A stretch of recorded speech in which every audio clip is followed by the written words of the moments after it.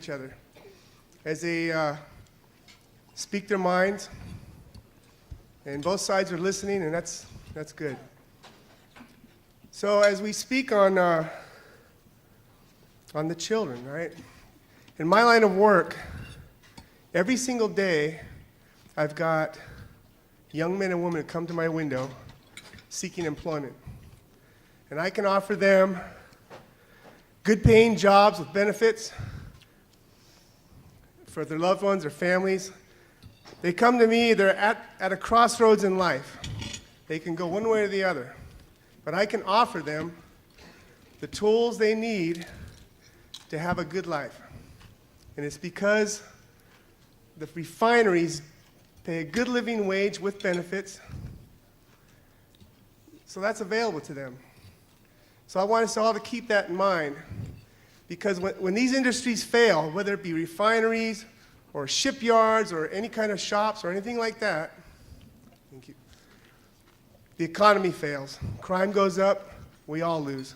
So please keep that in mind as you consider this today. Thank you very much for your time.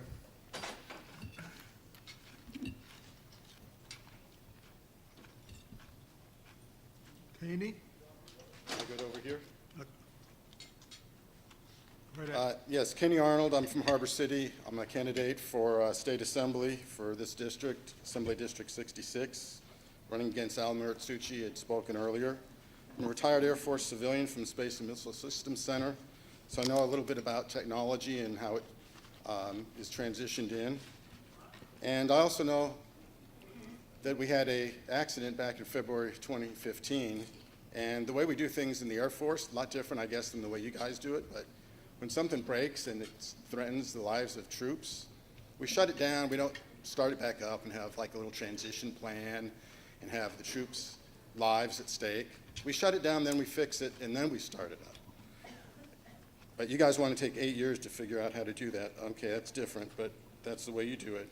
The reality is, by the time you guys are done transitioning, China is already banning fossil fuel cars by 2030.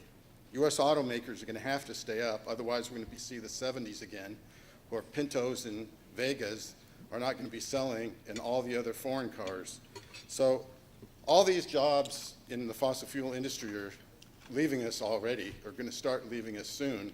What we need to be more worried about is transitioning the workers to solar jobs, not worrying about whether or not we're going to go from MHF to sulfuric acid or whatever, because by the time you get that transition done, solar energy is going to be all over the place, and we're going to be starting to close refineries anyway. And it's all a moot point.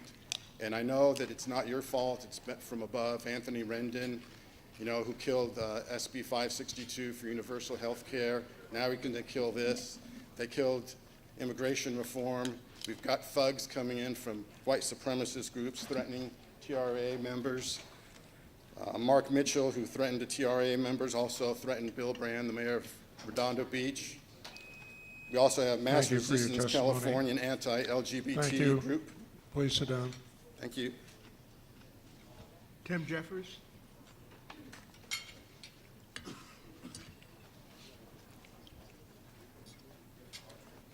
Good afternoon. I'm Tim Jeffries, Boilermakers, and I just want to say that I'm a father, I'm a brother, I'm a son, and I'm a Boilermaker. Something about what I do know about when I try to explain to my friends and my families what a Boilermaker is, it's kind of difficult. But I do know that I'm very well trained on the specifics of the refineries. I definitely know my craft. And the only thing I want to say to the board is that I've heard a lot of things been said from a lot of people that are not scientists. I think this is a decision that should definitely be, the facts should matter. So those what the scientists should matter the most. I think managing and mitigation are definitely the words that we should be using. And I definitely believe that we should listen to the science. And the fear that what if and what could, what if there were other people that were landing in Hawaii when they got a notice that something that they shouldn't be landing in Hawaii? What if? I don't think we should live our lives that way. It should definitely be based upon facts and science. It affects working class people, men and women, all across the industry, all across the trades that go into the refineries and do the work that's there. No one goes into a refinery not understanding the basics of a refinery. Refinery safety overview, the training you receive when you go into a refinery is the minimum that you're going to need to do your specific task, while the refineries, those that are in the refineries have lots of, they know exactly what their craft is, what their job is to do, and they work in conjunction with one another to have a safe working place in the refinery there. So I just want to say that for union members, boilermakers, for building trades, we definitely oppose or any ban or any phase out of MHF, and I would just ask that the South Quality Air Quality Management. Thank you for your please. testimony. Thank you. Before Diane speaks, with the following lineup: Jim Cooksey, Kathy Luciano, Randy Thomas, and Carla Devine. Jim Cooksey already spoke. Did she? Okay. Jim Cooksey already spoke, so Diane? That's me. Hi, I'm Diane Wood. I was born and raised in Torrance. I still live in Torrance. I'm not a scientist, but I really like Torrance, and I like things to be safe. So I look at what the staff report has said, and it doesn't look like HF or MHF is a very safe thing. And I appreciate that the people that work at the plants and the refinery, like, they have their own perspective and they know what they're doing. But then I know other scientists that say that that's not safe, and they don't seem like the other scientists they're not worried about their jobs. So it seems like we kind of need to wonder why there's conflict there. I don't know if that made sense. So I hope that you guys, it seems like banning HF is probably a good way, or phasing it out, because that tier 3 thing sounds really bad from all perspectives. So if you ban HF, then you don't have to worry about that one. Thank you. Thank you very much. Kathy? Hi, I want to thank you for all the work you have done on this topic. I wanted to say, my name's Kathy Luciano, and I'm a clinical laboratory scientist. I've worked with, could you pull the microphone down? Yeah. I'm a clinical laboratory scientist, and I've worked with sulfuric acid. I've cleaned it up when it's spilled on the floor, and I have splashed it on my skin. Here I am, no problems, everything healed, I'm fine. You can't say that for HF. So that's the scientific perspective. The other thing I want to say is that the Department of Homeland Security considers the South Bay a high-risk urban area for terrorism. That gives me shivers. And then there's the earthquakes. Okay, so what about the pipes that carry the HF? If they rupture, those are very vulnerable. Okay, and then they talk about the trucks coming into our city. I don't know, they say a couple a month. Well, if there is a spill with the trucks, there's no mitigating situation for that. So that's very scary. And the residents didn't move into HF. HF moved into our city. In 1966, it came to Torrance. In 1969, it came to Wilmington. And the presence of HF was never disclosed to the buyers. Mitigation or minimizing risk does not eliminate risk. How do you shelter in place from HF release if you're out walking or driving? There is no second chances after an accident. And to quote Sully Sullenberg, when both engines were destroyed with the, with the birds, everything is unprecedented until it happens again. When it happens for the first time. So everything is unprecedented until it happens for the first time. Let it not be the first time here. Thank you. Thank you very much. Randy? Hello, my name is Randy Thomas.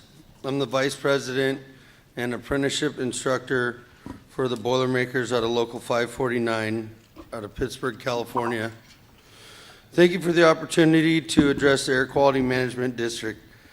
I'm here on behalf of the members of Boilermakers Local 549, San Francisco Bay Area, and we urge you to oppose any ban or phase out of MHF.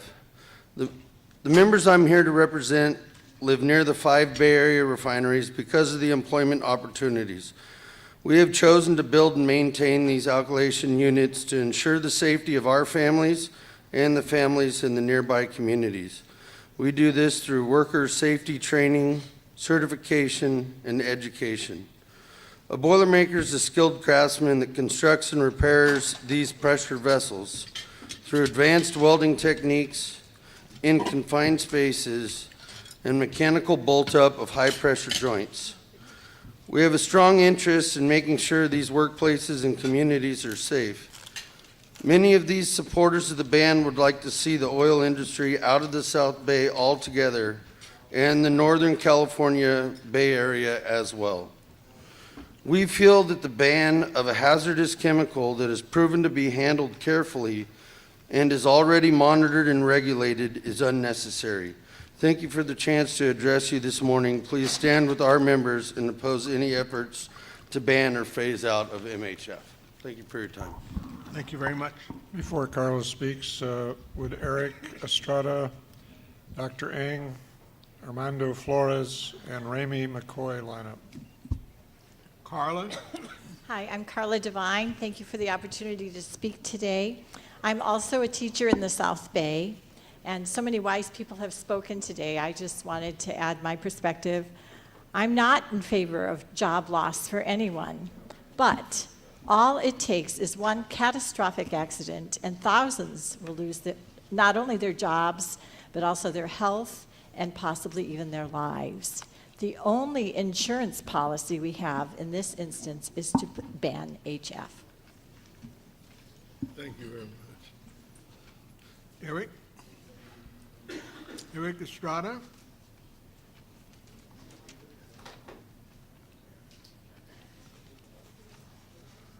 Dr. Eng? Thank you. Dr. Eng, Torrance, California. I gave you some paper. I really appreciate that you have an airborne reduction factor calculation in your latest presentation. I wish you would disclose how those calculations are done to the public and maybe even extend it down to 0. And so what I did in my presentation is for you. I did a curve fit to the data on Dr. Fine's chart 7, and I get 37.7% airborne reduction factor at 0% MHF, which means the 7 to 8% of MHF is an 8.8 to 11.2% change. That means a little modifier only goes a little way instead of a little modifier goes a long way. So I'd love those calculations to be redone and released.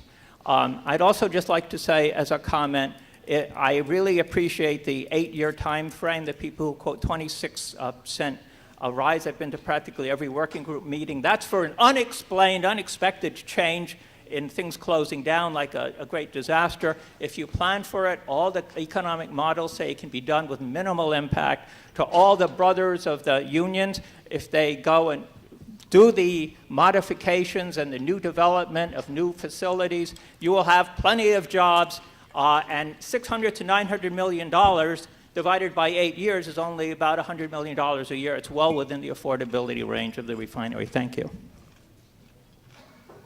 Thank you.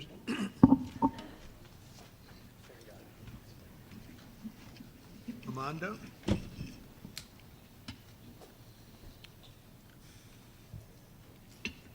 Armando's not here. Armando Flores?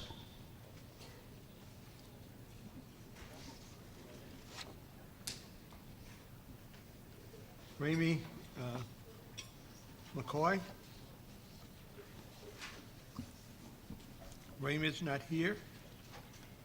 With the following lineup for the speakers, Hung Duong, Don Clay, Son Bui, and Penny Good.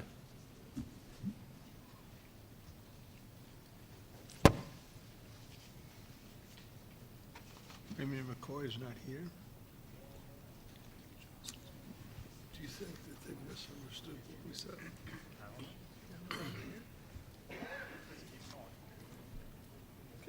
Hung Dung? Hung Dung is not here. Don Clay?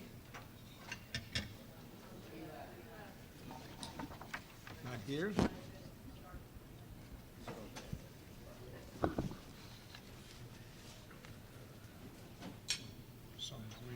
Sung Bui? Sung Bui here?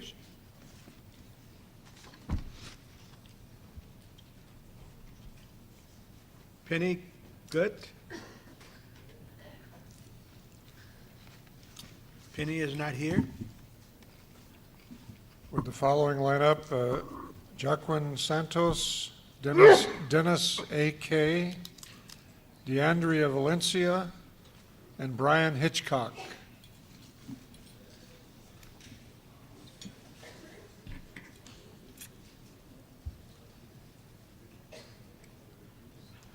Joaquin Finally made it up here. I Santos. feel good now. Good afternoon. Good afternoon. My name is DeAndre Valencia, the Advocacy Director of the Los Angeles County Business Federation, mainly known as BizFed. We're an alliance of more than 170 business organizations that represent more than 390,000 employers that employ 3.5 million Los Angeles County residents. I'm here today to express our opposition to this ban. Both refineries are important sources of jobs, tax revenue, and fuel for our region. As of today, there's never been a hydrofluoric acid incident at either of the refineries, and while of course we believe in safety, the outright ban of MHF is unnecessary and will have severe consequences if passed. As you already know, a recent study has shown that the phase out of the hydrofluoric acid would likely close both refineries, causing a loss of thousands of jobs, tax revenue, and ultimately bringing out a higher gas price.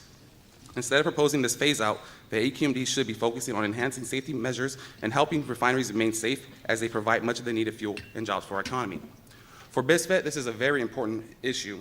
It's important for us that we have been working with all the working groups. We have a couple of meetings with Mr. Robinson as well as the amazing Mr. Burke. We have meetings set up with the rest of the board for the remainder of this month and going into February, no matter how this vote turns out. This thing is important for BizFed, our members, as well as our economy, and we hope you go ahead and oppose this ban. Thank you. Excuse me, would you give us your name again? DeAndre Valencia with BizFed.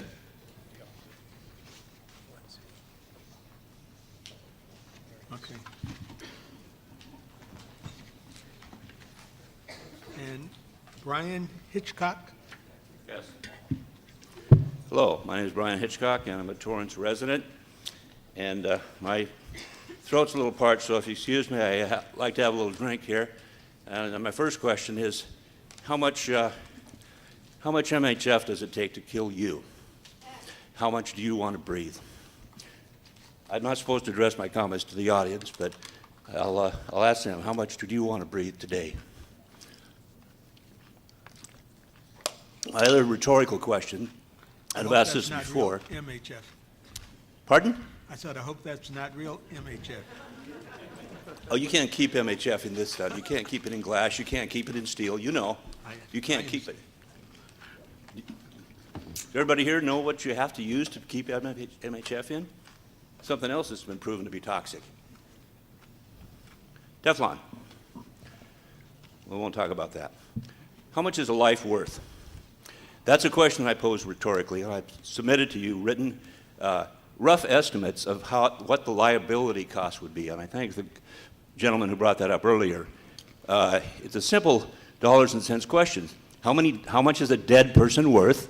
Is it $1 million, $2 million, $3 million? How much is a permanently disabled person with a horrible debilitating injuries? Figure it up. Figure it up. Figure up the wind speed. Figure up the likelihood. Figure out the fact that you can't evacuate people, as the teacher talked to us about. When's the last time you saw the evacuation plan for your city?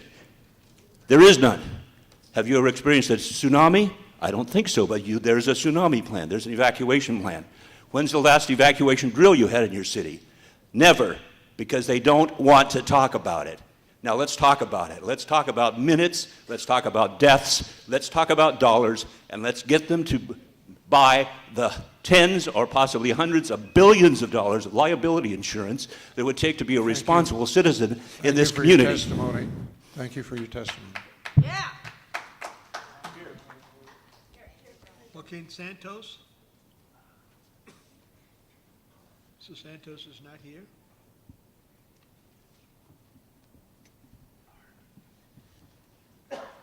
Denny Ack. Denny is not here.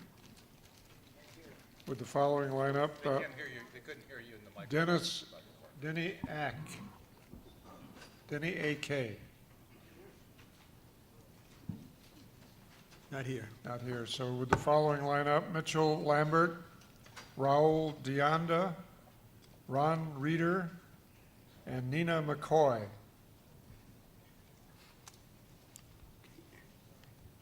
Okay. Mitchell Lambert. Not here. Raul Deonda. Is Raul here?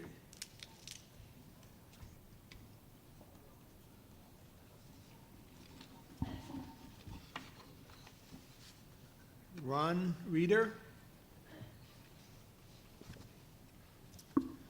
Hi, Ron Reeder.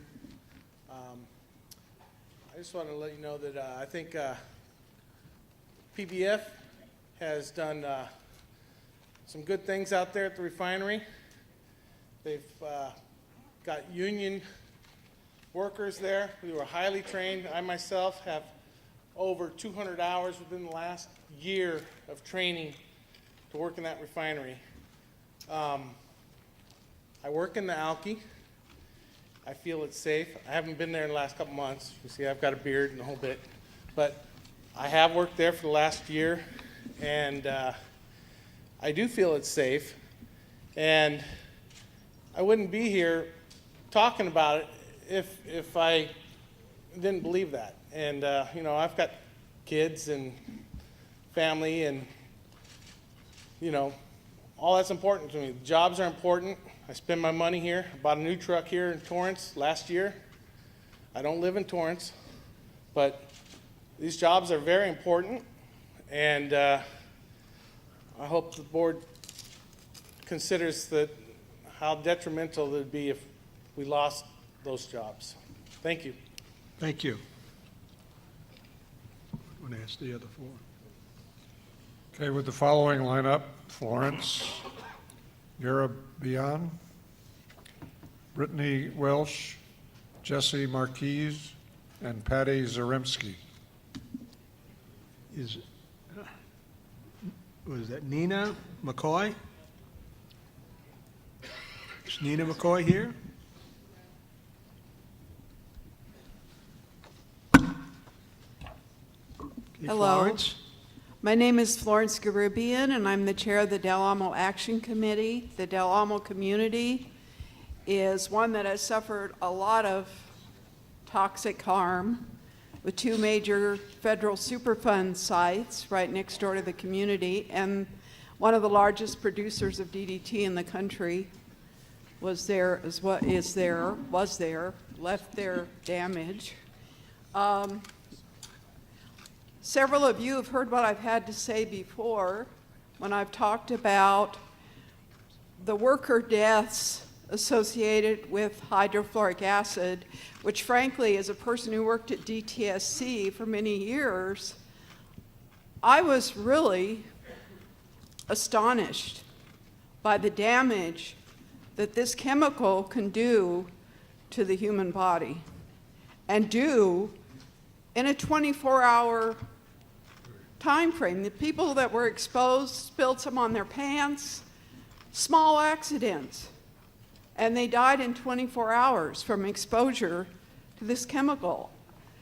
Sulfuric acid, I did a kind of similar search to see what I could find regarding worker injuries and deaths with sulfuric acid, and frankly, I didn't find much.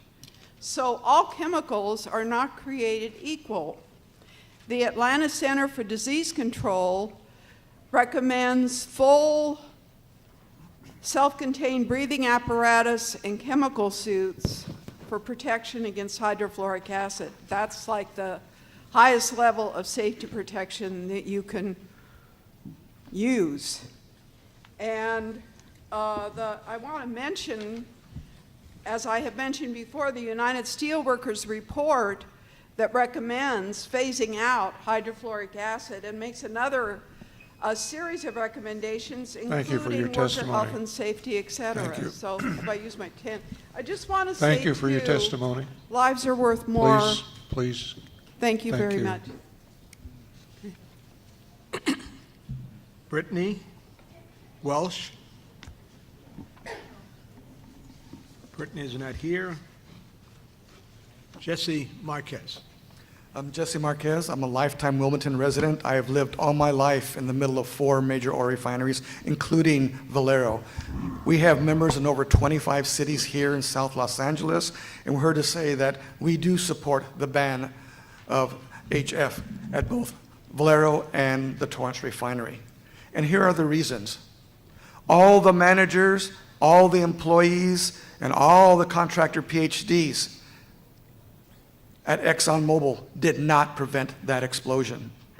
All the managers, all the employees, all the consultant PhDs at the Richmond Chevron refinery did not prevent that explosion that killed employees.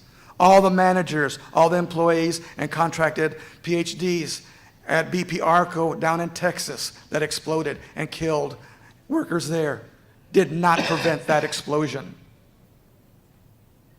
Refining is a dangerous process, and it's up to us, the public, in 90% of the cases, to come forward and demand safer precautions come by. Who do we blame for the Torrance refinery explosion of the ESP? I can blame two. I can blame the executive management. I could also blame AQMD. Why? Because an off-the-shelf $500 piece of equipment called a VOC monitor could have detected the gas leak, that could have set the alarm, that could have turned off the ESP before it exploded. A $500 part. That's what it would have taken. Someone made a bad decision. Now is the time, as we have come before you many, many times over all the rules and regulations, that there be stricter requirements. Are they overregulated? Yes, they're overregulated because the danger of their operations mandates it. Also, can they afford the transition? Can they afford to change to a new technology? The answer is absolutely Thank you for yes. your testimony. And I gave you it. Thank you they for make your billions. testimony. Thank you. Patty. Sarah Minsky. Patty is not here. With the following lineup: Elizabeth Warren, Mary Matson, Rosalie Preston, and Margaret O'Regan.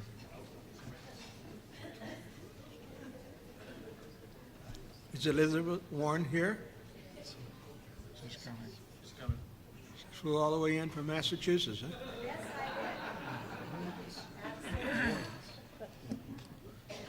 Go right ahead. Good afternoon.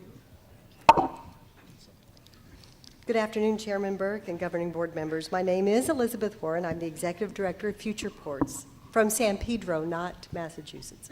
So thank you for the opportunity to speak this afternoon. You've heard a lot of comments today from workers at the refineries, from senior management who are highly educated in science and technology, and also the highly skilled labor. They have all said they wouldn't work there if it wasn't safe. So I hope that it will resonate with you as it has with me, that they have the facts on safety at the facilities. And I think we've learned a lot since some of the previous incidents that have been mentioned. So as a representative of Future Ports, we oppose the ban or phasing out of MHFs and encourage you to continue allowing its use. Future Ports has more than 60 members and a dozen partner organizations representing over 100,000 employees throughout Southern California, including several of the labor groups that are here today. The Carpenters, the Southwest Regional Council of Carpenters, are part of our membership. These industries and the employees, including me, who live in the South Bay, depend on these refineries to fuel our economy. According to the California Energy Commission, these two refineries would likely cease operations sometime prior to the effective deadline, costing our communities hundreds of jobs and millions in higher prices. Our refineries adhere to the strictest regulations in the world, including safety measures that protect their workers and communities that surround them. So we should focus on enhancing these measures while ensuring California refineries are able to remain in business to produce the fuels we need to sustain our economy. So we think that banning MHFs is unnecessary and the wrong approach to refinery safety. So I respectfully urge you and your fellow governing board members to oppose this ban. Thank you for your testimony. Thank you. Mary Matson. I am Mary's husband. I checked with the powers that be to see if I could speak on her behalf. She has an ailing mother and she was called away. So if you would permit me. I am David What's your Matson. name? I am David Matson, David. 46-year resident of North Torrance. I too have a PhD, but it's irrelevant because this is not my field. But I do know how specious arguments and so-called facts become when there's not the benefit of peer review. There is no peer review today on any of these facts. So I would just caution you, what's the old saying? Liars figure and figures lie. We just need to be careful here. I would also say that I want to read a text from my wife. This is what she wanted to say if she could be here. She says, I have lived in the South Bay most of my adult life, most of that in North Torrance. I have lived in the current house for 19 years within blocks of the refinery. We can see the refinery from our second-story window. This is where we raised our children and where my husband and I plan to stay put. The refinery has been a good community partner for the neighborhood and for the city of Torrance in the South Bay. We have felt safe all these years living near the refinery. We feel safe when my 89-year-old mother is at our house and safe when our 9-month-old granddaughter is at our house. We keep hearing it said that there's community concern. The assemblyman said it is haunting the community. Really? What community? What haunting? Not in my neighborhood. The high majority of our community, in our perception, support the refinery, and of course we want a safe community. But we aren't blind that we need oil and gas and it has to be refined someplace. We want a balanced approach and we want a fair representation of our community. We are members of that community. In closing, we have trusted the refinery to keep us safe. We continue to trust the refinery, and now we trust the AQ&D and the refineries to work together to make a fair and reasonable decision, not based on apocalyptic, draconian scenarios which do not make for good public policy. To be clear, we oppose the banning of MHF. Thank you. Rosalie Preston. Rosalie is not here. Margaret O'Regan. Before Margaret speaks, with the following lineup: Vladimir Buzga, Henry Martinez, Phil Bang, and Roger Potter. Margaret, proceed. Margaret O'Regan. I've been a resident of Torrance since 1984. I was snowed on in February 2015, which brought my attention to this issue. This mask is not for here. It is due to the flu epidemic, preventative. There's enough research to refine the oil without such a high risk. I don't have to go into the information, but the risk right now is too high. I'm for jobs, I'm for gasoline, et cetera, but there is much less riskier processes that we must look into. I understand that we need the refinery for, oops, my glasses, for gasoline, jobs, and of course, taxes for the city of Torrance. There's one more player in this that I've recently, in the last 2 years, found out has a lot of political clout, which I don't understand. So if you're not concerned about the human aspect of this, please know that this living organism in us has quite a bit of political clout because the city of Torrance, the State Department of Wildlife are letting it run amok and eat our animals, and that is the coyote. So be advised, if there is a release, the coyotes will be killed also. Thank you. And several environmental groups would like to have you have this letter. So who do I give it to pass out? There's copies. Thank you for your time. Thank you very much. Vladimir?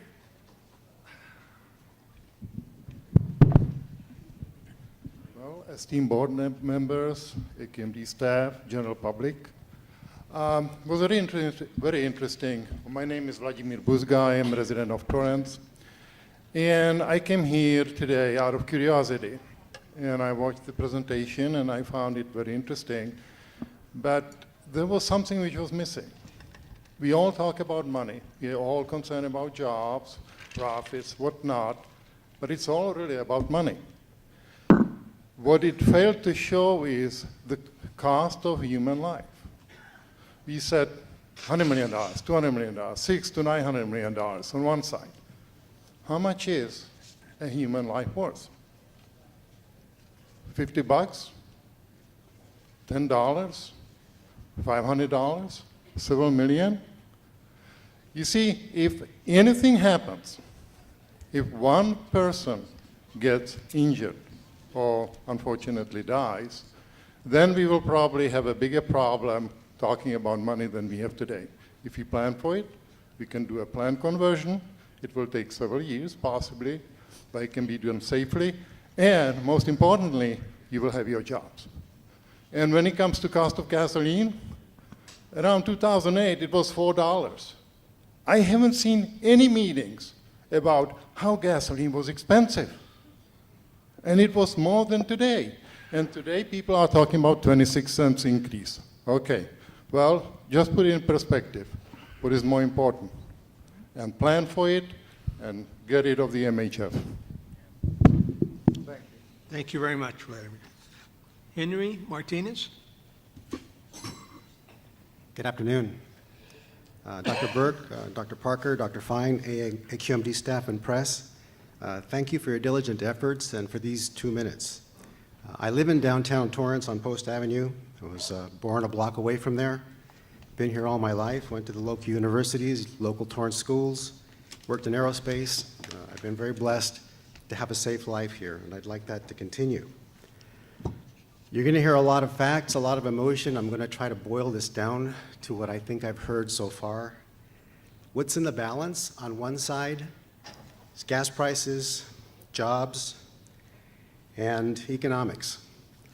And on the other side of the balance are the residents of Torrance, the lives of people that live and work here and want to remain safe. I'm going to give you 2 points of history, which are just old wisdom that I want you to keep close to your heart as you make this decision. Profit-based industries alone will never lead in safety unless compelled by the public. And you're here to represent that public on that issue. Number 2, safety measures are never as clever as Mother Nature, human errors, or those who seek to harm us. So, it's for those reasons I came and I spent my Saturday morning with you all to ask you to please ban MHF. Thanks very much. Thank you. Phil Bang. Is Phil here? He's not here. Is Roger Potter? Right before you speak, Roger. Before you, other phone names. Before you speak, Roger, would Sylvia Arredondo, Kathy Hernandez, Sandy Caja, and Arnold Goldstein line up? Go right ahead, Roger. My name is Roger.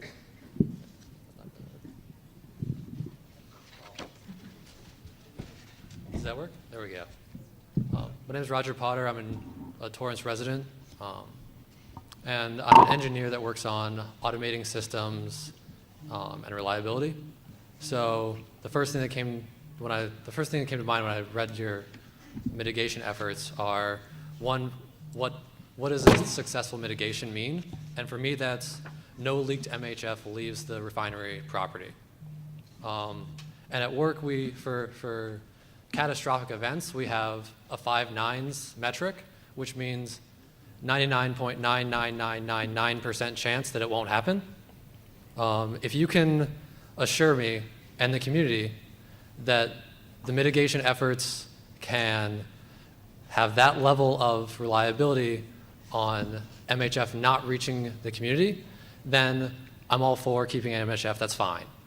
However, I don't think that's actually a plausible, realistic solution. The cost it would take to get to that point is so high that it far surmounts any amount that it would cost to switch over to sulfuric acid or some other upcoming technology. So I guess, as a synopsis, I don't think it's realistic to have safe MHF in our community. Okay. Sylvia?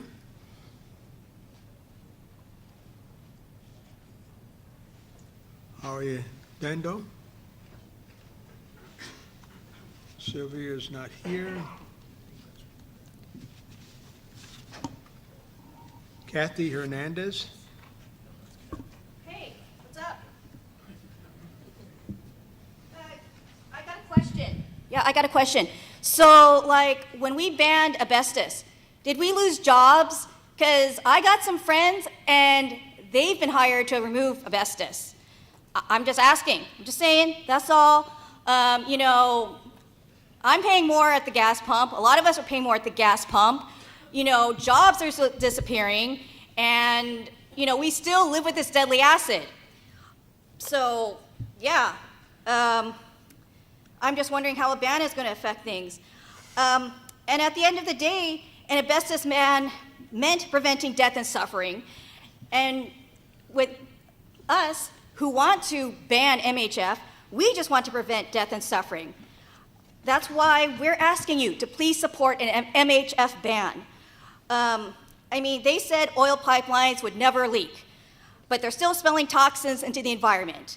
And while an oil spill won't kill thousands of people right away, an MHF leak will. We support unions, and we support safe workplaces. So an MHF ban guarantees those union workers will return to their families at the end of the day. Please adopt an MHF ban, and I want to give much love to TRAA because they've always been courteous to everyone, despite all the rudeness and all the bullying they put up with. And they stand up for everyone's safety, including everyone at the refinery. So yeah, peace, thank you. Thank you. Sandy Calles? Good afternoon, board members. My name is Sandy Cajas. I am president of the Regional Hispanic Chamber of Commerce. We represent the Hispanic business community in Southern California. Our mission is the economic development of the region, so jobs are our priority. The refining industry makes up less than 2% of HF use. Many major industries use HF to make common consumer products, such as computers, cell phones, and pharmaceuticals. I respectfully urge the Southern California AQMD board members to oppose any such ban or phase out. Thank you very much for the opportunity to speak in front of you. Okay. And the next speaker right before is Arnold Goldstein. Is Arnold here? Would the following line up? Rick Marshall, Alex Hoff, Chuck Hahn, and Joan Davidson. Okay. Rick?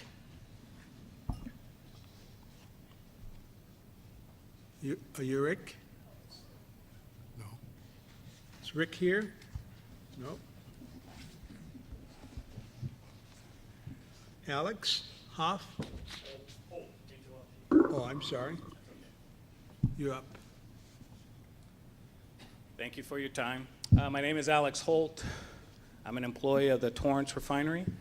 I've been there 25 years here on November 8th. I didn't know what I want to say to you guys. I know this has been going on for a long time. I appreciate the committee and the staff and all the work that you've done. I've been at the sessions, but I just didn't know what I needed to say, and my choice was to be quick to listen and slow to speak and kind of hear what's going on. In doing so, I realized that, yeah, you guys have a huge challenge on your hands. But I can see that you've come to some good, I don't know if we call it negotiation, but we've come to some points here with these mitigations around the tier 1s and tier 2s that I think we can put our hands around. I think what's most important is we can't stop listening, and we got to get the facts on the table. I think the Tier 3 is a challenge, but we got to get around the table and continue to talk about it. Torrance Refinery, it's safe. I've been there through Mobil. I've been there with ExxonMobil, and I'm here now with PBF, the Torrance Refinery, and it is truly a different culture. And we are putting not just our best foot forward, we're putting all our actions behind it. And we're going the right way. So I just ask you to consider the facts. Keep the emotions out, and let's just work with the data. Thank you. Thank you. Chuck? Chuck Hahn? Not here. John Davidson? Oh, I'm sorry. Thank you. I'm here today as a former Palos Verdes School Board member. I'm an advocate for the environment, working with the Sierra Club all the time. I'm speaking as an individual, and I'm here to say that my husband, who's a current PV Estates councilman, agrees with everything I have to say as an individual today. Everyone wants to talk about facts, so let's talk about facts. The economic impact of MHF replacement has been exaggerated. Human impact release is being ignored, but it's paramount to our safety. There are no fail-safe measures other than getting rid of MHF. AQMD is now considering an 8-year transition period. That's really unacceptable to our safety. The new rule or law is overdue. Danger is ever present in this community. As a teacher at Torrance for 15 years at South High School, I was worried every day because I knew what had happened before. And if anybody wants to know what's going on at the plant, all they have to do is go on the California Emergency Release site, and you can see that this plant is releasing dangerous chemicals every day, or almost every day. So it's not what if, it's what is. This is dangerous. We need to get rid of this. Maybe the people here who are the workers, they're the lucky ones, because I can tell you the person who wasn't a lucky one, a 5-year-old who lives across from the plant who died of cancer a few years ago with a tumor wrapped around her internal organs. She was not a lucky one. You need to get rid of this dangerous chemical, and you need to vote, not politically, because I was on the school board for 8 years. I know what this is about, and I know several of the people up there. This isn't political. This is about safety. And it will reach the communities. I know where you guys live. It will reach your community. We don't want this chemical on this site. And the workers will keep their jobs. I belong to the CTA. I care. I'm a teacher. I understand about unions. But safety is first, and that's your mandate from the state of California. Vote to do the right thing and implement Rule 1410. Thank you. Thank you. Next would Brett Moore, Brittany Roman, Kristen Dorsey, and Bill Baxter line up.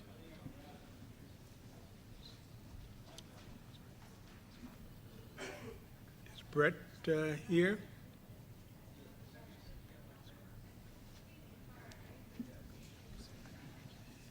Are you Brett? No. Okay, Brett is not here. Brittany, is Brittany here?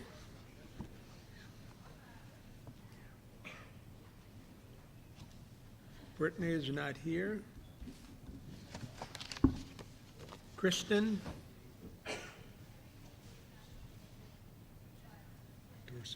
Dorsey? Not here. Is Bill Baxter? Before Bill speaks, would the following line up: Susie Elliott, Nicole Williams, Iona Matson, and Jill Clausen. Go right ahead, Bill. Good afternoon. I want to thank you gentlemen again for the opportunity to address the board on this subject. My name is Bill Baxter. I'm a 45-year resident of the South Bay, and 30 of those years continue to be a resident of Torrance. I'm also a representative with the Southwest Regional Council of Carpenters.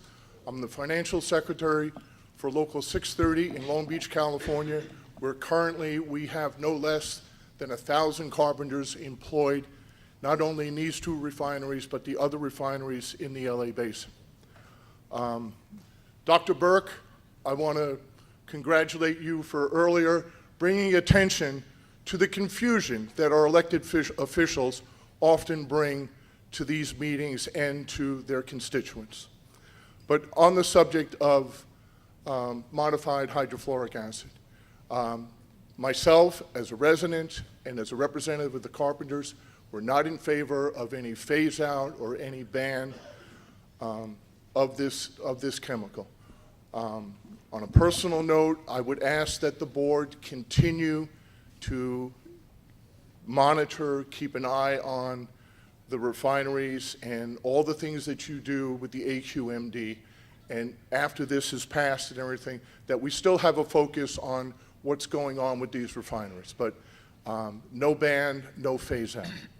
And throughout all these meetings and everything, to those that have discussed an awareness of earthquakes, tsunamis, fires, mudslides, and MDF, I've never heard anyone mention that relocation is always an option.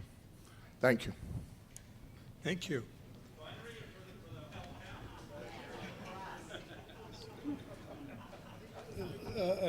Just to clarify, relocation of those concerned with those natural disasters and MDF.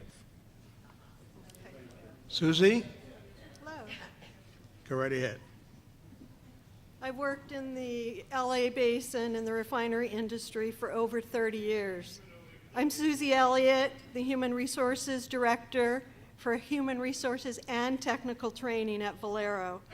We provide 4 weeks a year of operational training, including classroom, field, and technical computer-based training to our employees. We hired 21 new operators in January 2017 and are hoping to hire another 21 in the second quarter of this year. Each of those people who were hired, whether they came from In-N-Out Burger or another refinery, we trained these employees for 12 weeks in basic operator training in our classroom environment by our refinery subject matter experts.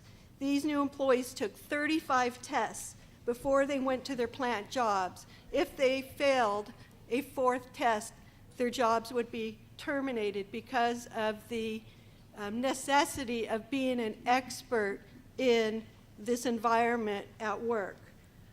I myself, I'm worried about hearing references about kill zone, which is alarmist and unproven.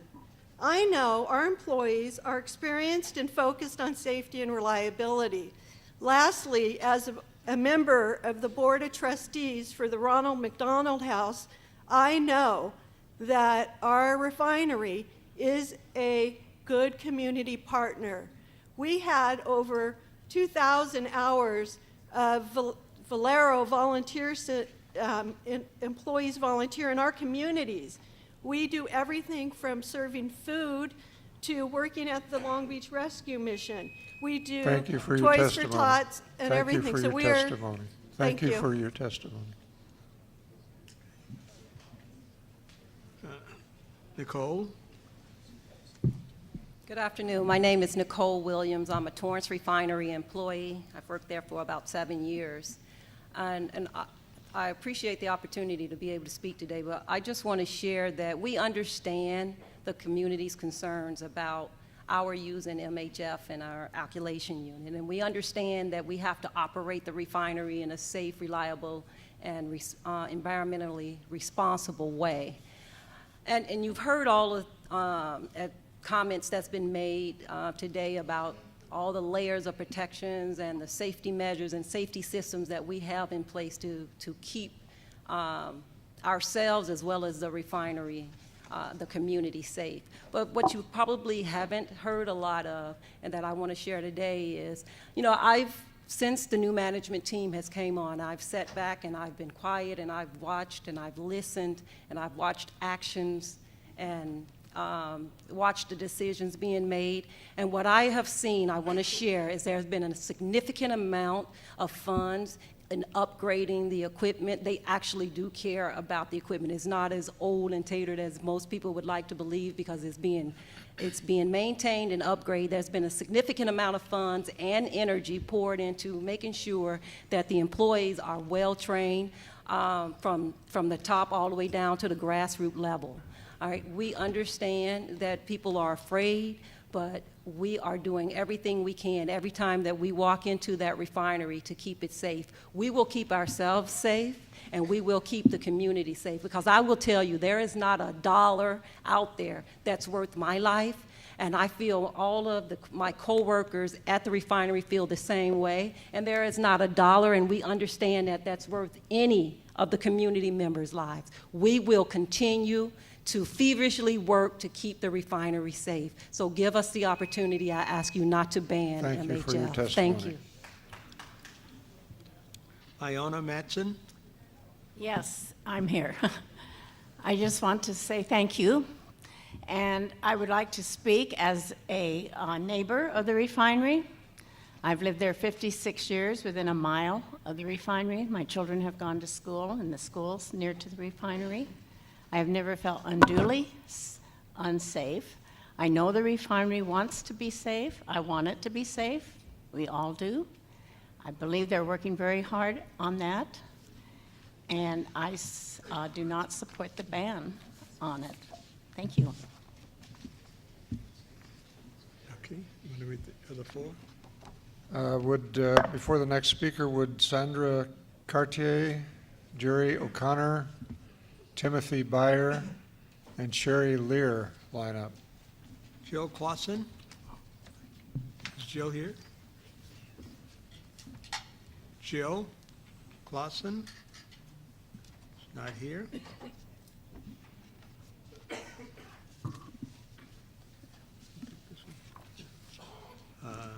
Sandra Cartier. Sandra Cartier. I'm a resident of South Bay for more than 40 years, and I've been living in Torrance for at least 30. I'm a former employee of a medical group as a clinical laboratory scientist, and for us in our profession, being a union member, we understand it's not always unanimous that you support the union, but you have to go along with it. Number one in our profession also is you have to be prepared, absolutely prepared. And to basically have to face this situation that MHF will be in our community for another 8 years minimum, we have to prepare for the event. And I insist that we have a plan in place, that everybody does drills a couple of times a year at school, on the freeway, on the parks and recreational events, and that we basically know where to go to get help. It won't be the hospitals because they'll be overwhelmed. It's flu season. They can't even handle that. What are we going to do when there's thousands of people showing up with potentially deep burns that are not visible on the top? This chemical binds to the calcium in your body, your bones, your blood, everything in your body is pretty much near calcium at all times. And you're going to disintegrate. First, maybe your lungs, then your heart. And what's good for the rest of your body if you're not functional, at least on those two levels? We have to have drills, and at least maybe the public health department and each community and the county can coordinate and make certain that these documents are prepared and practiced. 8 years is a pretty long time. I'm getting older, and I doubt I'll actually see this event come to pass. I'm getting into my mid-70s. It's getting a little scary. 8 years, most of my family's been gone long before they reached 80. So, I'm hoping the rest of you have a better outcome. Thank you for your testimony. Jerry O'Connor. Hi, folks. I'm Jerry O'Connor. Thanks very much for the opportunity today and for all of your efforts and the patience you're displaying today, too. Thanks very much. And it goes way beyond what you do today, and also to the staff. I'm a 37-year resident of the area, and for those 37 years, I've lived and worked all within a couple of miles of the plant. And I worked as an engineering manager and an engineering executive over that time.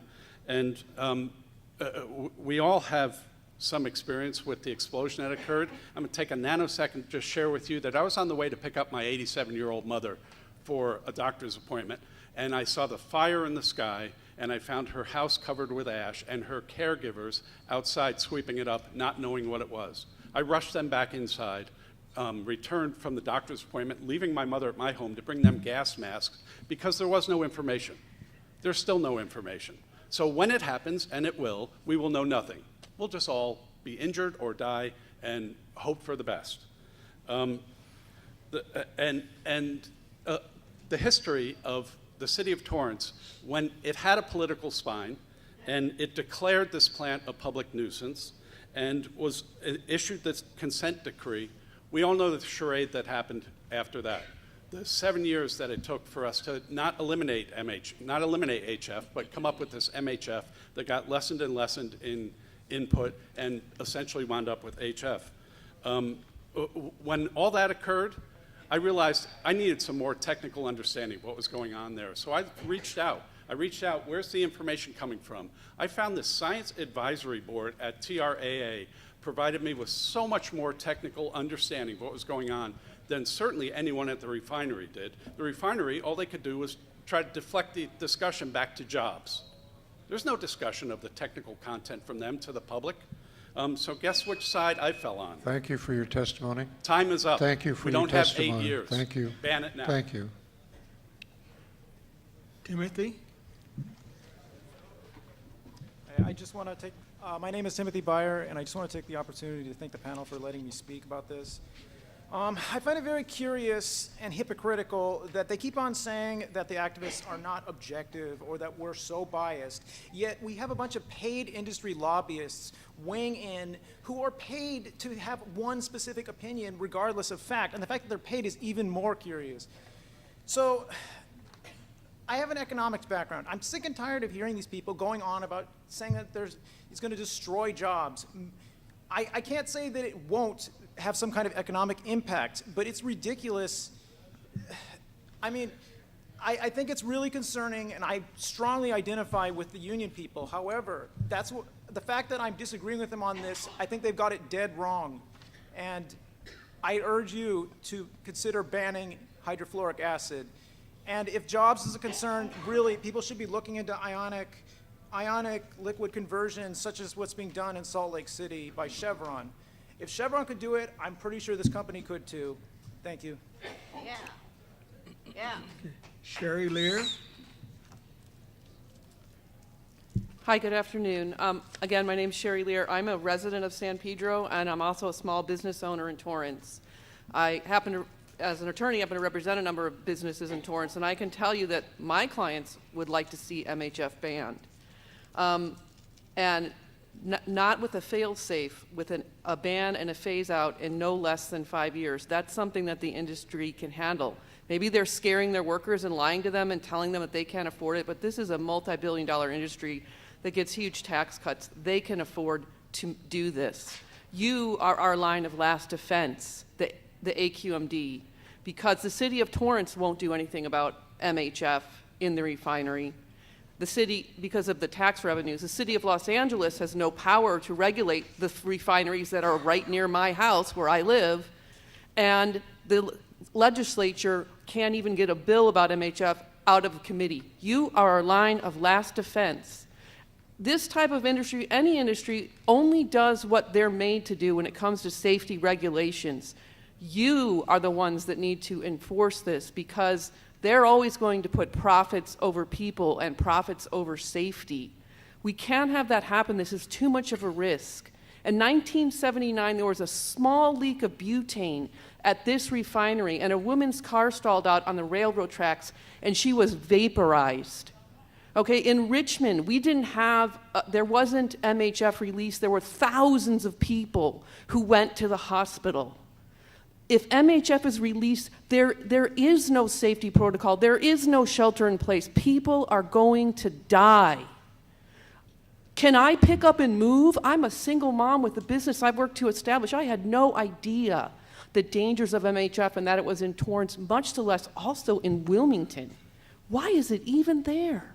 It's time to move beyond it. Thank you for your testimony. I'm going to ask our last speaker that I have a card for is Harold Lewis. Is Harold, would you come up? Is there anyone else in the audience that have not? Another card. Anyone else who want to talk? Did you fill out a card? Yes, I did. What's the name? Yeah, we called your name earlier. You weren't here. Anyone else other than Chuck? So these will be the last three speakers. Harold? Go ahead. Thank you. And thank you, board members, for allowing me to address you today. I certainly appreciate all the congeniality that we've had in this room. The rancor has been non-existent, so I certainly appreciate the members of the public and also the board members. My name is Harold Lewis. I'm a 10-year resident in the city of Gardena.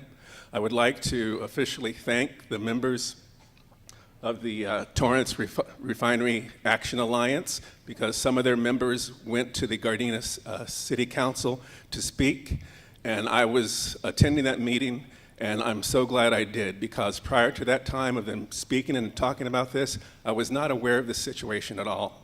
There have been some people today that have said that this group is a small group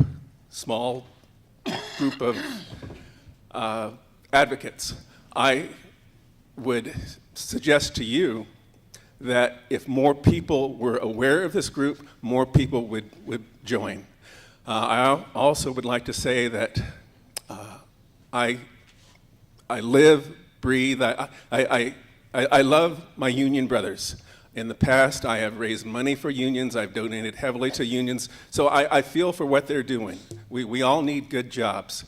However, I would simply ask, can anyone truthfully say that if this chemical gets released, can you truthfully feel that people would not be hurt?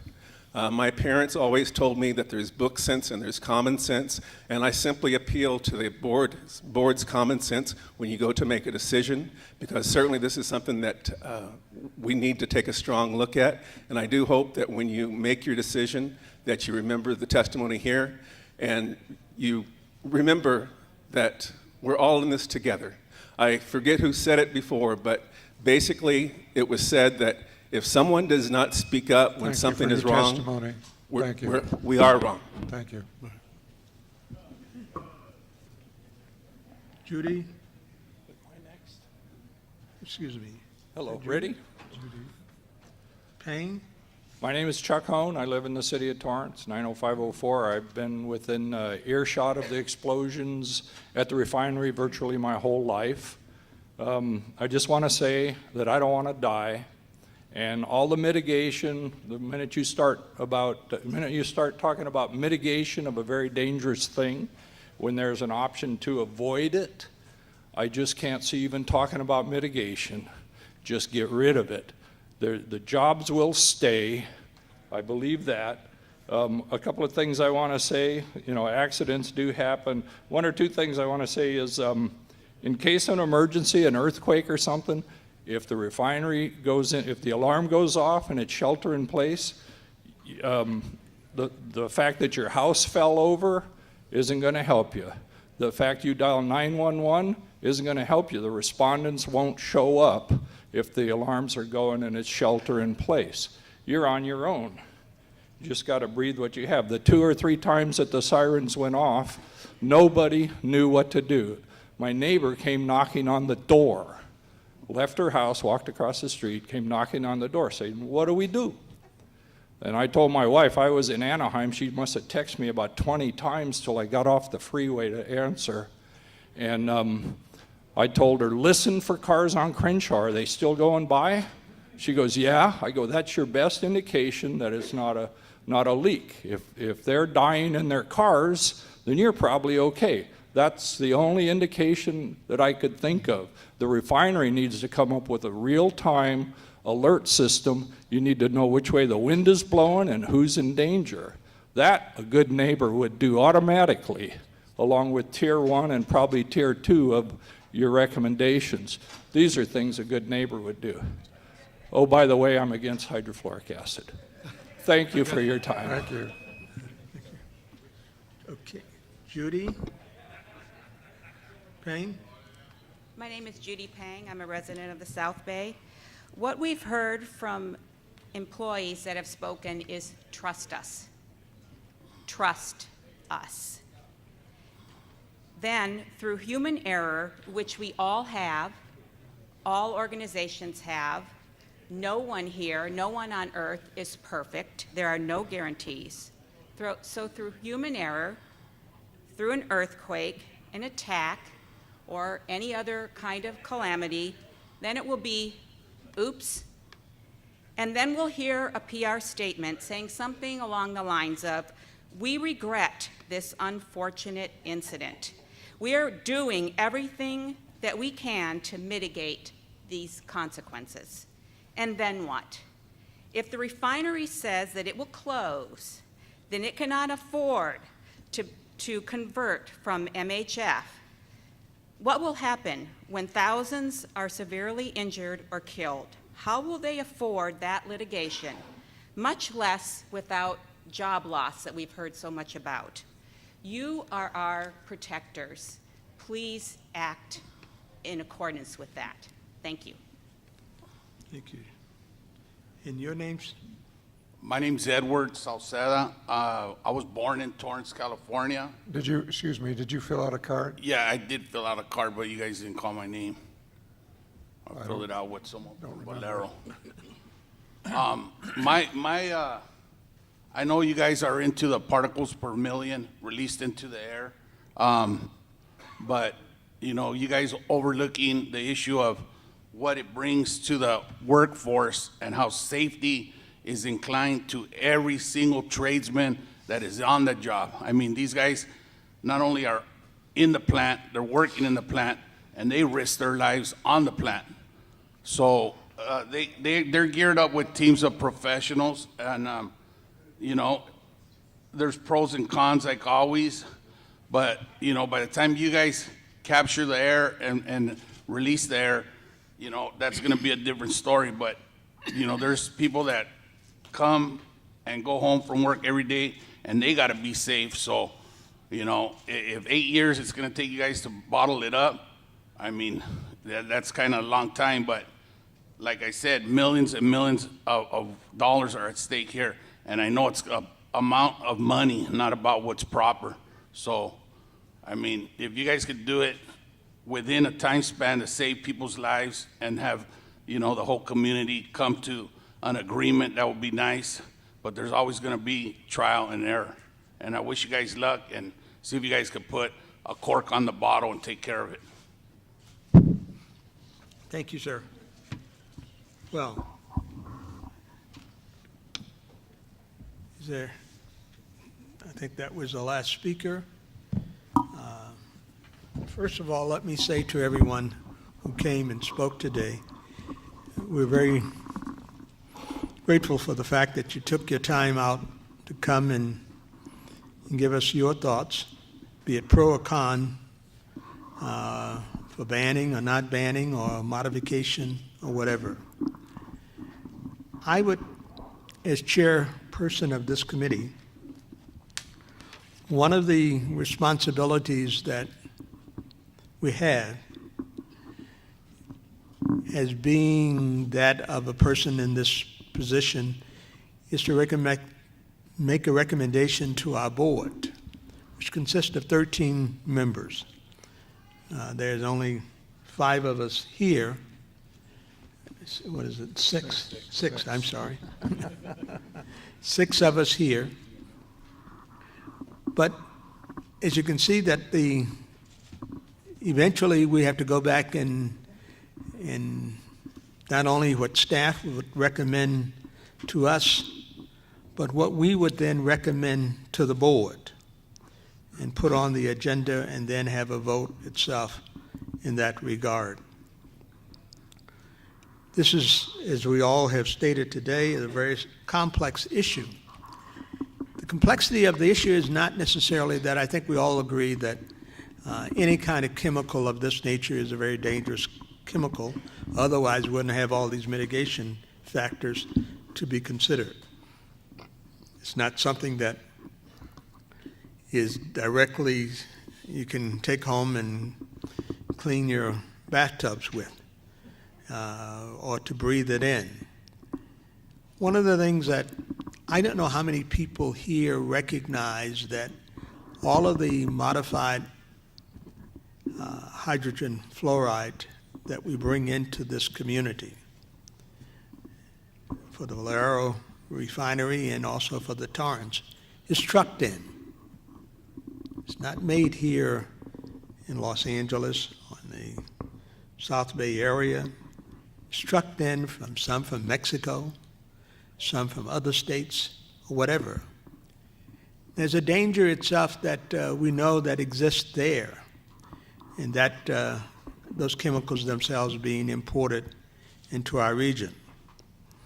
Then we use it in order to do something that we said we were going to have to do, and that is to take some of the pollutants out of the gasoline that is refined to use in our cars. I'm also the chairperson of the Mobile Source Committee and the chairman itself of the California Fuel Cell Partnership, which is for the entire state itself of California.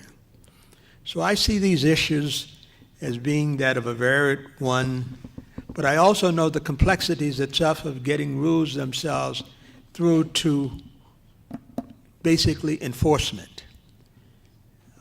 Again, I don't know how many of you recognize that when we had this problem in 1992 and 95, we got all the way through the court with the rule, and then the judge ruled that an I hadn't been dotted or a T wasn't crossed, and I'm using that as a simplification rather than getting into the legal jargon of it.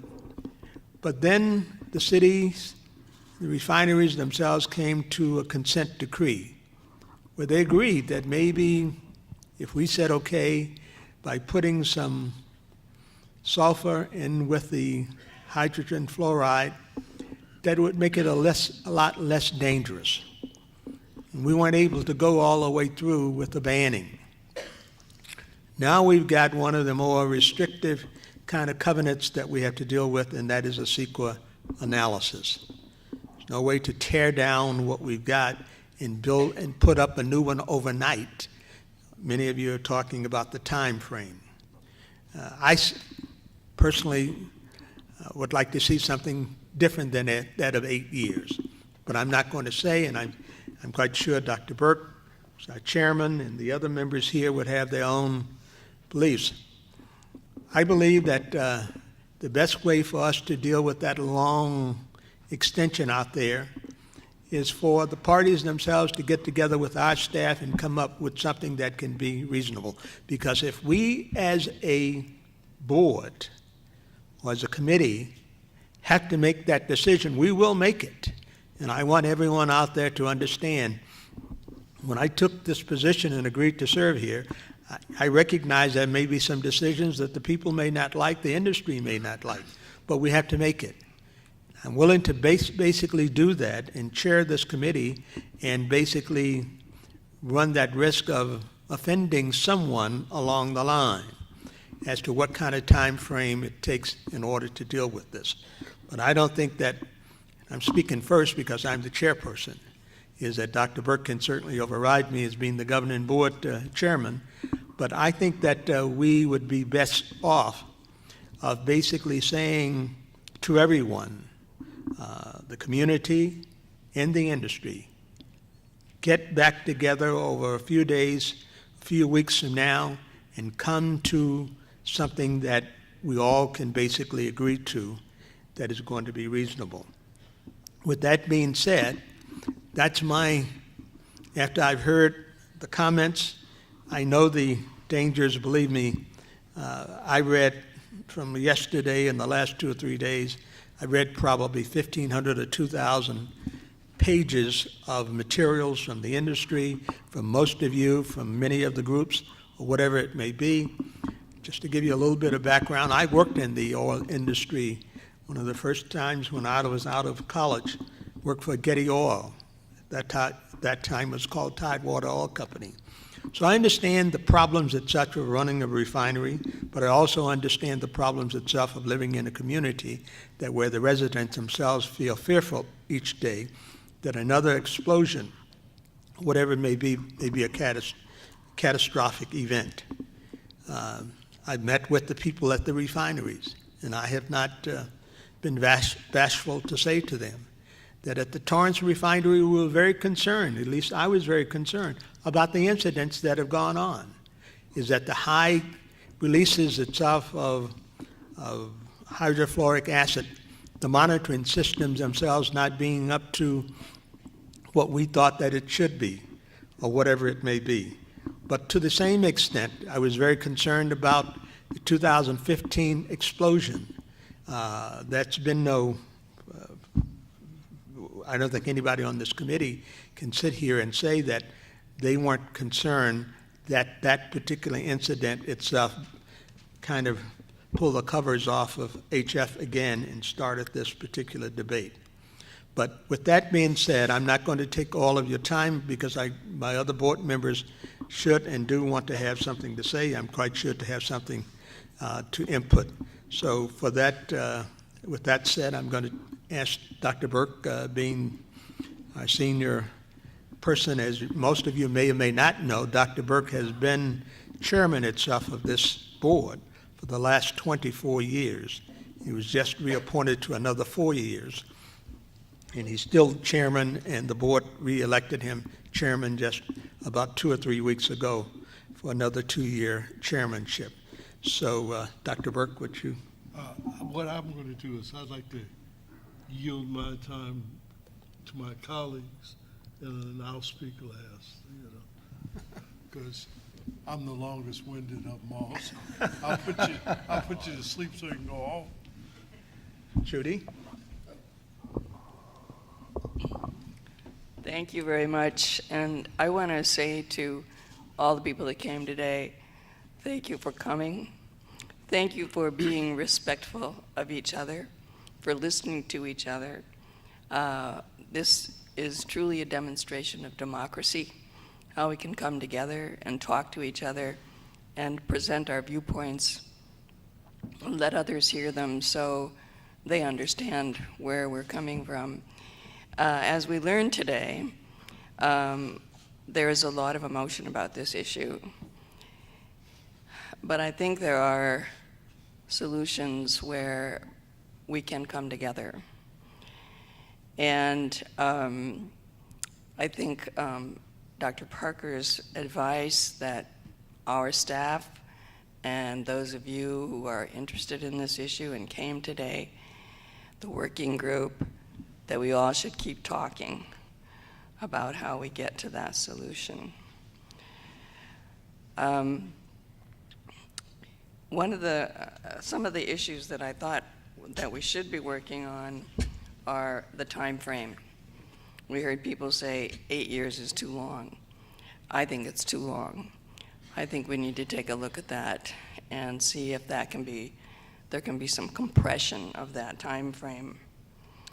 The other thing I think we need to be mindful of, and this was also talked about here today, is what is happening in the world and what is happening in our state.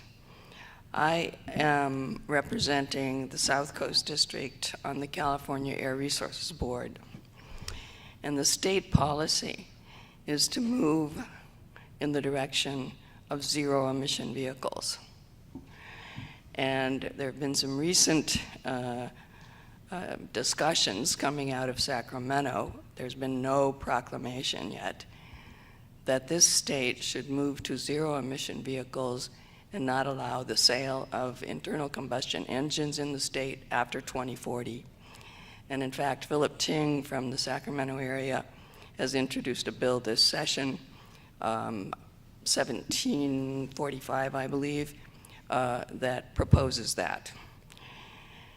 Other nations around the world are now moving towards zero-emission vehicles and have made the same kinds of announcements.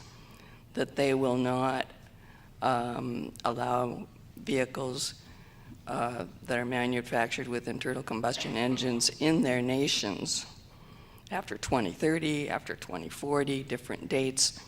But France has moved in that direction, the United Kingdom, China, Germany, Scandinavian countries.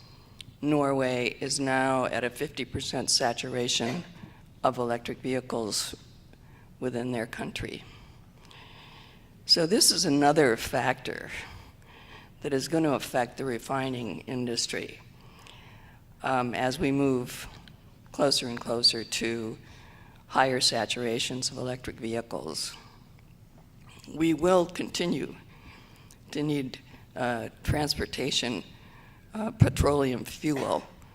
I don't think the airline industry is going to be moving toward electric vehicles. So, but the ground equipment will be. So there will be a long time that we'll still be needing refineries and petroleum.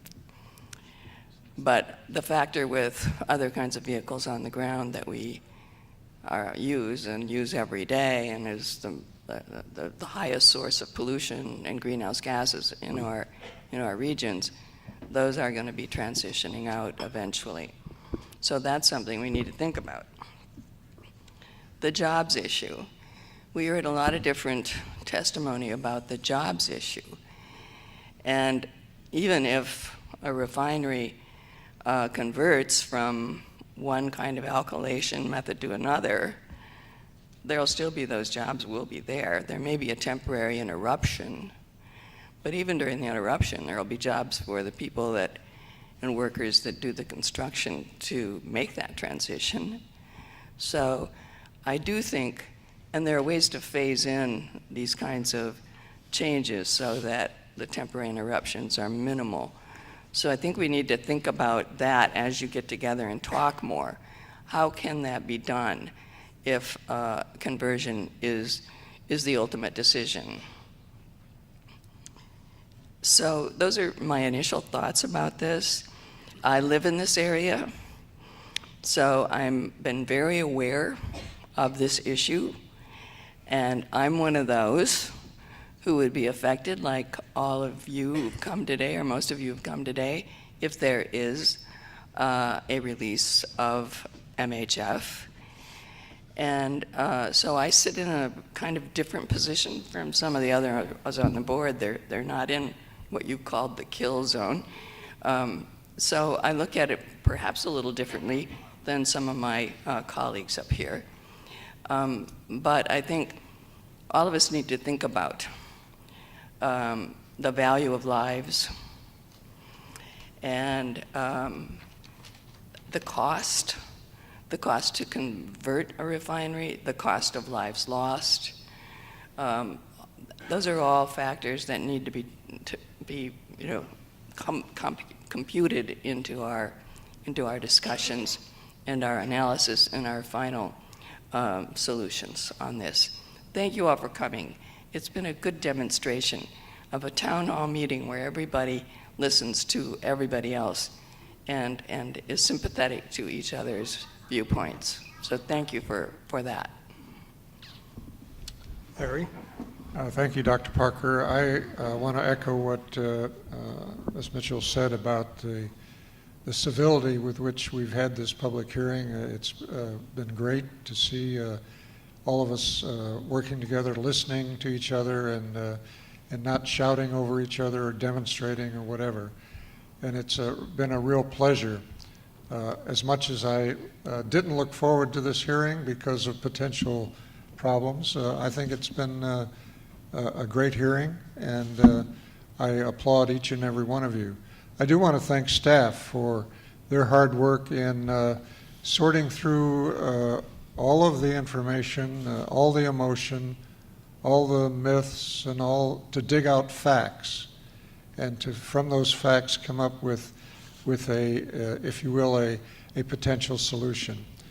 And I think it's been very difficult on them because a lot of the information hasn't been available, but they've been persistent in digging it out and really coming up with what the truth is as opposed to what some emotion may come forward.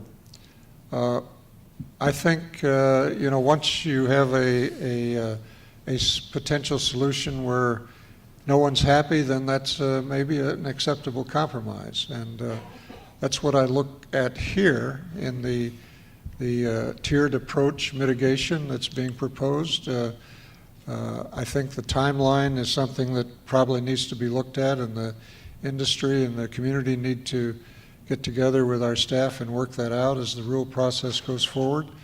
But I think a tiered mitigation approach, as other technologies mature and as we can convert over at some point, whether it's 2, 3, 4 years down the road, would be an acceptable solution to as we move forward. So I look forward to continuing to work with all of you on this issue, and ask that you all work together and help us come up with a solution that is not acceptable to everybody, but will eventually get the job done. Thank you. Dr. Liu? Thank you, Chairman Parker. I'll join in on thanking everyone for how they approached the meeting today, and for those who left, please pass along to them what all of us are saying up here about the productive way in which everyone approached this. I do have some questions for staff in terms of your proposal and the 3 tiers, because I would like to see us consider a wider range of alternatives. I think on the one hand, you hear folks from the refinery saying, we're pretty comfortable with tier 1 and 2. And on the other hand, you have other people saying, we want you to at least fully analyze and consider a ban. So I think maybe tier 1 and a ban on that one hand, and tier 1 and 2 on the other in terms of the boundaries. But as we go through a rulemaking process, I know that it takes a lot of work, but it would probably be very helpful to the extent that you can to fully analyze all 3 of those options. I mean, I'm not sure, maybe you were intending to do that to begin with. Were you? Yes. So the details of the requirements that may be required under a tier 1, tier 2, tier 3 approach, and which types of measures would be in each of those would definitely be part of the rulemaking as we dig in further.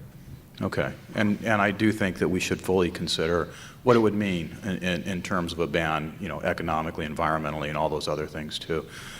Just so that we as board members, and our responsibility is just try to make the best informed decision as possible, and the information you can provide us in making those decisions is the most help that you can be, and you guys are doing a great job of that.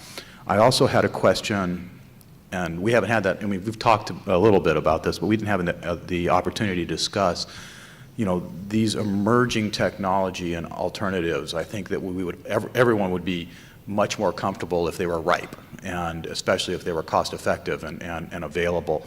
If staff knows or can find out the timing, is it going to take 5 years? Is it going to take 10 years? Is it going to take 15 years before some of those alternatives might actually be ripe for consideration as a requirement? I would love to know those 2 different, less toxic, very much safer alternatives. So if you guys could put that on your plate too, I would appreciate it. And then third, the first thing I wrote down when I got here today, and one of the last comments that we got was about alert system for the community, because I didn't see that in your proposed tier measures. And I know that we have an agreement to fund something along those lines. Did you just assume it was going to be incorporated in that other process? So Dr. Liu, we're actually moving independently on the notification process, the communication process. And you're right, the board approved, bless you, funding for those actions. And Dr. Feynman, if you can give a summary in terms of where we are and the next steps. Yeah, so as for the sake of the audience who may not know, there was a supplemental environmental project agreement, about $2.5 million that was put into the community. There were 2 contracts. One was to the city of Torrance to enhance their alert system. And the other one was a project to do fence line and community monitoring. Both those projects are getting underway. We are under contract with the City of Torrance. The other contract is still being talked about, and we'll be meeting with not only the contractor but the refinery coming up, because there's a fence line monitoring component that we hope we can cooperate with the refinery on that. And those will be going forward. And there is also, as many of you know, state legislation that requires fence line and community monitoring, as well as another bill that requires enhancements to emergency preparedness and alerting as well. And I'm not sure of the status of that second bill, but you know, those requirements were for Torrance Refinery. I'm not sure if we have something in place or moving forward on Valero also. Not in terms of alerting, but we do have our Rule 1180, which mirrors, you know, the Bill 1647 that will require fence line monitoring, community monitoring, and a notification system to the community. Yeah, the notification systems are going to be, I think, really important when it comes to the fact that we're talking about MHF. And as someone who lives downwind of a different refinery, notification systems in general when it comes to refinery operations are not a bad idea as far as I'm concerned. But thank you for the responses to those questions, and you know, I do encourage you to continue to meet, and I know that this tiered proposal that you've developed is very new, and people really haven't had a lot of time to think about and digest it. And I think we got a lot of good feedback today, but I do encourage you to continue to work on this and bring it back to us with as much more, you know, fully informed information as you can. I don't have too much to add, but I also would like to thank the decorum of the audience today. It was a great showing of everyone coming in and coming forward, and the amount of speakers we had with a lot of emotion in the room, just to hear all of you come forward and do such an outstanding job of respecting each other. So thank you for that. I also agree that looking at this tiered approach, I want to see some more numbers and figures behind it and get a better understanding of what the true costs are on all of these, especially on the ban. When we look at that, what are the costs? And you know, I want to know what the costs are of the air quality. When we talk about the trucks coming in currently versus what will come in if we did a ban and some of these other products, what would they require as trucking in and out? But I also agree with Judith in that times are changing. You know, the future is now, and we won't all be driving a gasoline car for the rest of our lives. For a lot of us, that time is coming very quickly. So I see changes coming down. Now, on the other hand, also, we won't be seeing electric airplanes anytime soon, at least in large passenger planes, although they are there in the smaller planes already. They're getting there. So I see a lot of work ahead of us still. I'm, again, thankful to staff. You've done a lot of great work, and thank you for all the time you put into this. And I think we all need a little more before we can make any decisions. Thank you. Burke? Now you can see why these people are on this committee. They're some of our best. But today was really kind of a sad day for both sides on this issue, because both sides are being affected by a lack of leadership. Started at the city level, because the city could have solved this problem God knows how long ago. And then, no, wait a minute. But when your local representative can't get a bill out of committee, that shows that there's a lack of understanding, and that's putting it kindly. At the legislative level, of the importance of this issue.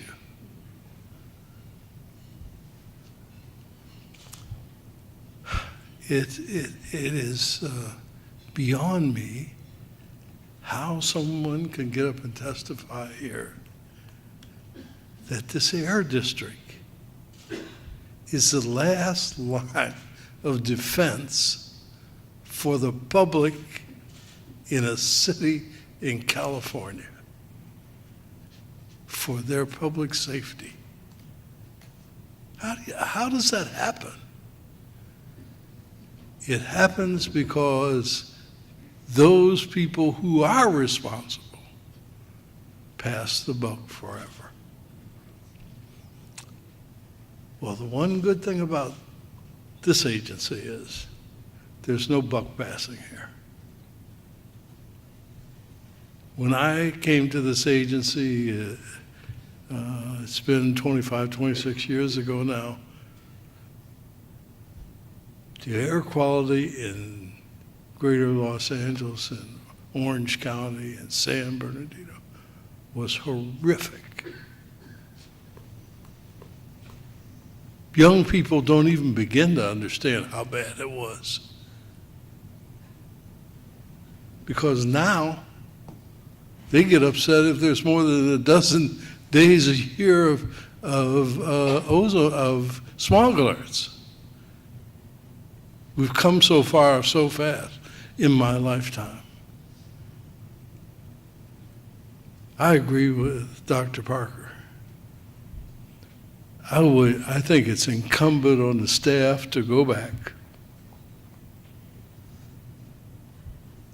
come back to this committee with a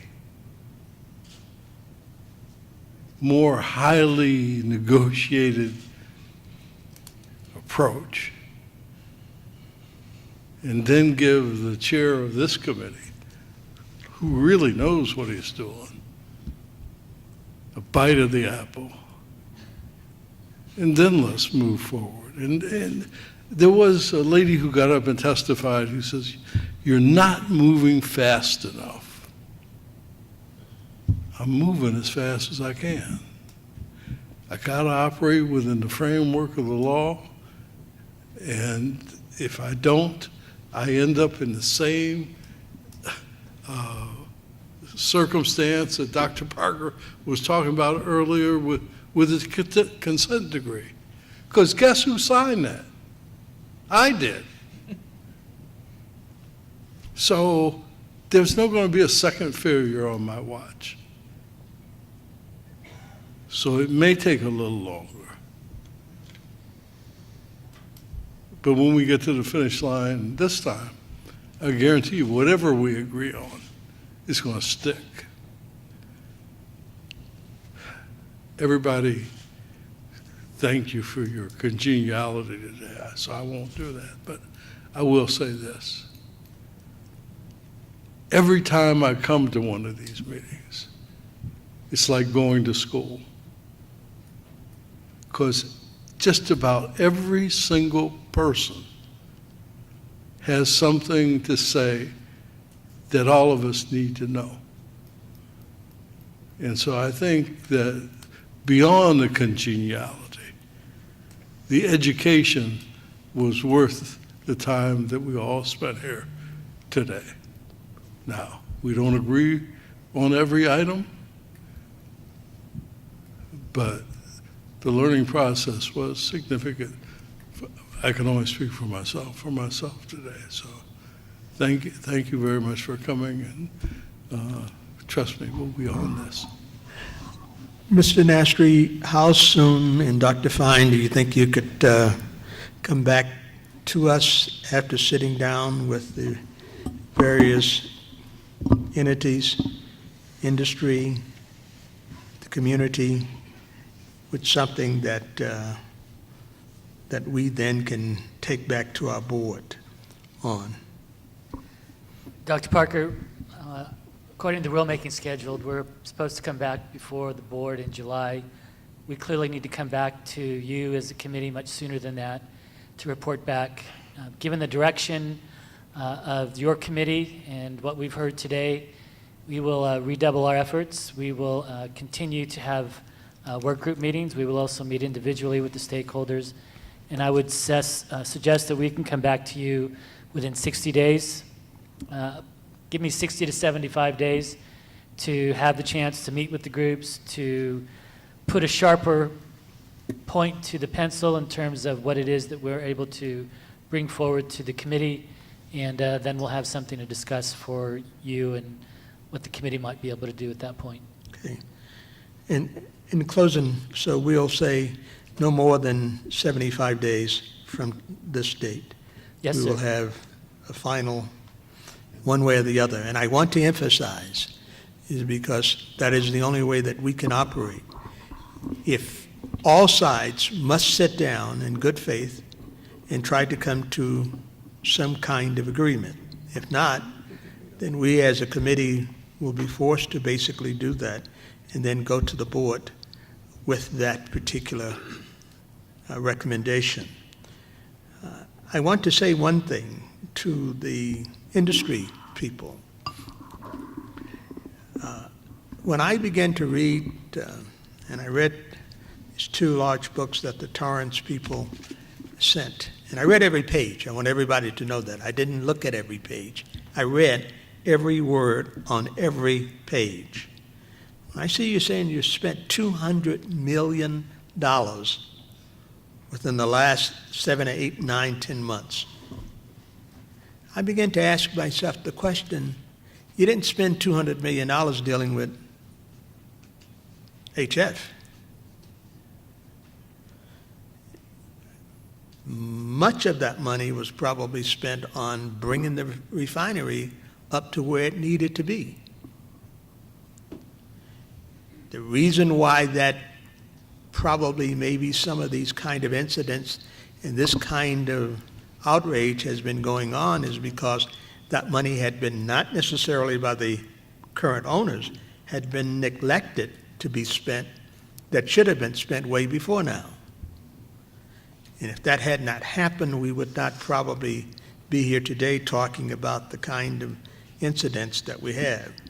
So in talking and in agreeing to something, whatever additional dollars that may have to be spent, let's look at it from the standpoint of view of, even right now, one would say that I'm quite sure the refinery is a profitable entity. And whatever the numbers of zeros that it has behind the significant digits are going to be cut tremendously in half with the tax savings that is going to basically happen. Some of those dollars may be able to be factored into it.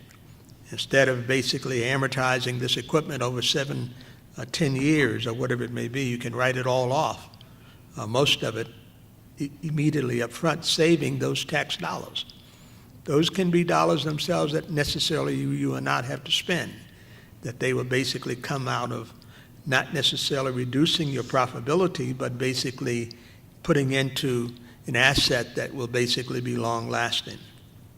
I think there are a lot of, without me sitting here because I'm not a part of the staff, in trying to detail or dictate the procedure, look at it from the standpoint of view is that if you're going to put that kind of money into a refinery, that's a lot of dollars in order to put in a short period of time. I understand that you stated that it's been 1 million hours of work that has been put in within about 6 or 7, 8 months. Those are a lot of hours. You didn't put that in rebuilding an inoculation system. Because if you did, you'd brought you could have built almost a brand new one at that point in time. So don't think that this is a step where you're basically running into a big roadblock. It's a bump in the road of doing some things that should have been done a long time ago. It's an example itself of an airplane. They don't wait until the airplane engine stops running and starts sputtering in the air. After so many hours, you take it out and put a new part into it regardless to whatever it may be based on the hours of usage. Those are the kinds of ways that I think that this approach itself should be done in saying in very large industries. When I was there in the industries, there was a maintenance plan itself that basically called for certain things to be replaced. After so many hours, or days, or months, or whatever it may be, or years of usage, whether or not it failed or not, didn't make any difference. Those are the costs, and if those costs themselves had been deferred, then the profitability from that had gone into the bottom line of some entities' bottom line, or into dividends that were paid out to the owners, or to the stockholders, or whatever it may be. So, that being said, I would like to state that when we start talking to them, talk to them not only about the cost, But where the dollars themselves are going to come from and whatever it's going to be done, whether or not it's ionic, I recognize that everyone is saying, yeah, that's an infant, kind of still in the womb a little bit and hasn't really been given full birth. But that could also have some very significant impacts if, in fact, it goes over very well. It may be scalable, it may not. But the fact of the matter is that we've heard 150 people talking about probably some of the bad things itself about MHF and vis-a-vis that of sulfuric acid. Which one is worse, which one is not worse, are they equal, which one is better, are they similar? I don't think that's the issue that we're really talking about right now. We're talking about those issues themselves where we've had readings of 10 parts per million of modified hydrochloric acid itself that is leaked out. We don't know if it's only 10 parts per million because the monitors that were monitoring it, that's the highs they went. And they went to 10 parts. And that has happened within the last 60 days. That has been reported by both refineries, not just by any one, both of them. It could have been 15, it could have been 20, but we didn't have monitors to go that high. So there's a lot of ways to basically look at this. I would urge everyone to sit down and look at it realistically and positively to see if we can't basically be just like we were here today, good neighbors, and sit down and reason together. Thank you very much for coming. I really, the last time we were here, we had probably 500 people over 2 days. We probably had a significant number today. But I will tell you that the behavior and demeanor itself of the people who were here today, which was some of the same people that were here before, has been basically more congenial. Obviously, you all have your positions. Some say get rid of it all. Other people say sit down, save the jobs, etc. I think all of those entities' interest itself should come together, and I'm quite sure and I'm confident that we can find a solution that we might be all to be able to agree on. Thank you again very much. And with that, I'm going to, unless we have any reason not to, call this hearing today or meeting to adjourn. Thank you for coming.